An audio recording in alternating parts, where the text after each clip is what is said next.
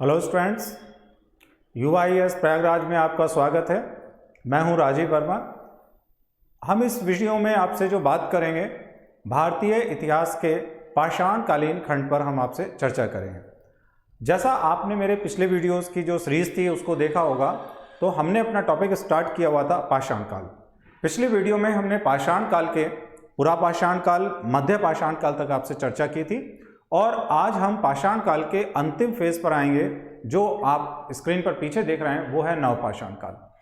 देखिए, नवपाषाण काल की अगर हम लोग बात करें तो भारत के संदर्भ में नवपाषाण काल यानी न्यूलिथिक एज, इसका समय 10,000 से लेकर लगभग 4,000 BC के आसपास है। इसको लगभग ही मानिएगा, ऐसे एग्जैक्ट डेट नहीं होती है, तो लगभग 4,000 BC के आसपास है।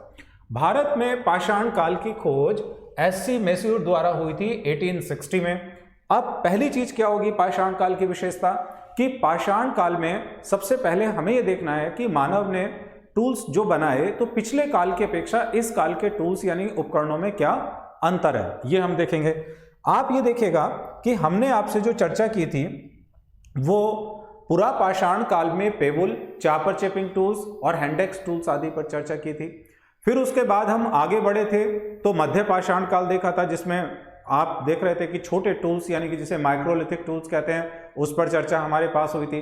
नवपाषाण काल में कुछ नए प्रकार के टूल्स तो नहीं बने, क्योंकि जो पिछले टूल्स थे वही आगे जारी रहते हैं। हाँ, इस काल में टूल्स पर कुछ पॉलिश किए जाने के साक्ष्य हमें मिलते हैं। तो सबसे पहली चीज आपके पास क्या होगी, यहां पर पालिशदार पत्थर के उपकरण हमें प्राप्त होते हैं। दूसरी, नवपाषाण काल भारत में एक क्रांति का काल कहलाता है। जी हाँ, ये काल क्या कहलाता है आपके पास में, यहां पर एक क्रांति का काल कहलाता है। क्रांति से तात्पर्य क्या होता है, क्रांति से तात्पर्य हमारे पास होता है परिवर्तन का काल। जी, परिवर्तन का काल।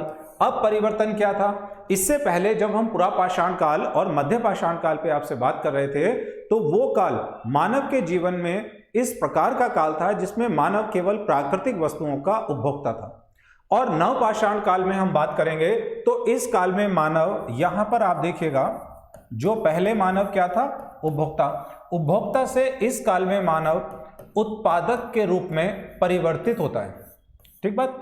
और उत्पादक का मतलब यह होता है कि यहां पर नवपाषाण कालीन मानव कृषि का उत्पादन प्रारंभ करेगा, फसल उत्पादन प्रारंभ करेगा, तो पहली बार मानव के जीवन में एक बड़ा परिवर्तन होगा। साथ साथ हम यहां पर देखेंगे उत्पादन के साथ साथ मानव स्थायी रूप से भी यहां पर बसने की प्रक्रिया का प्रारंभ करेगा।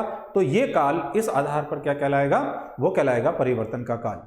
सबसे पहली इस काल की प्रमुख विशेषता होगी खाद्यान्न उत्पादन का प्रारंभ हुआ, जैसे अभी मैं आपसे जिक्र कर रहा था। दूसरी महत्वपूर्ण बात होगी, उसी से जुड़ी हुई चीज होगी, स्थायी जीवन का प्रारंभ हुआ, कृषि का आरंभ हुआ, मृद भांड का निर्माण आदि आरंभ हुआ।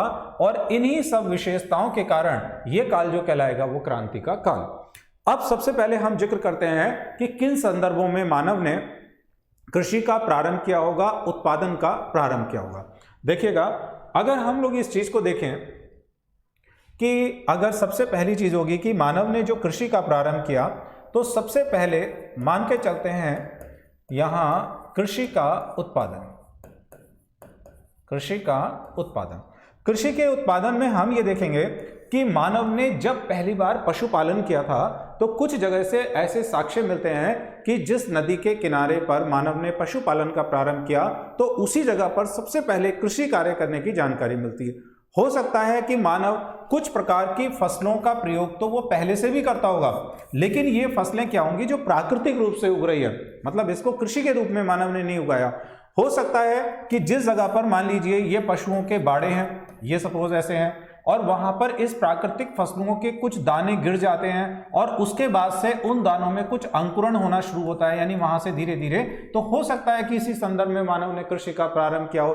तो पहले जो साक्ष्य मिलते हैं वो पशुपालन के बाड़ों के जगह पर ही कृषि के साक्ष्य मिलते हैं। अब आपको यहाँ पर फैक्ट ये याद करना होगा कि वो कौन कौन से ऐसे स्थान हैं जहां से आपको कृषि के सबसे प्रारंभिक साक्ष्य मिलते हैं और इसके अलावा स्थायी जीवन के सबसे पहले साक्ष्य आपको मिलते हैं।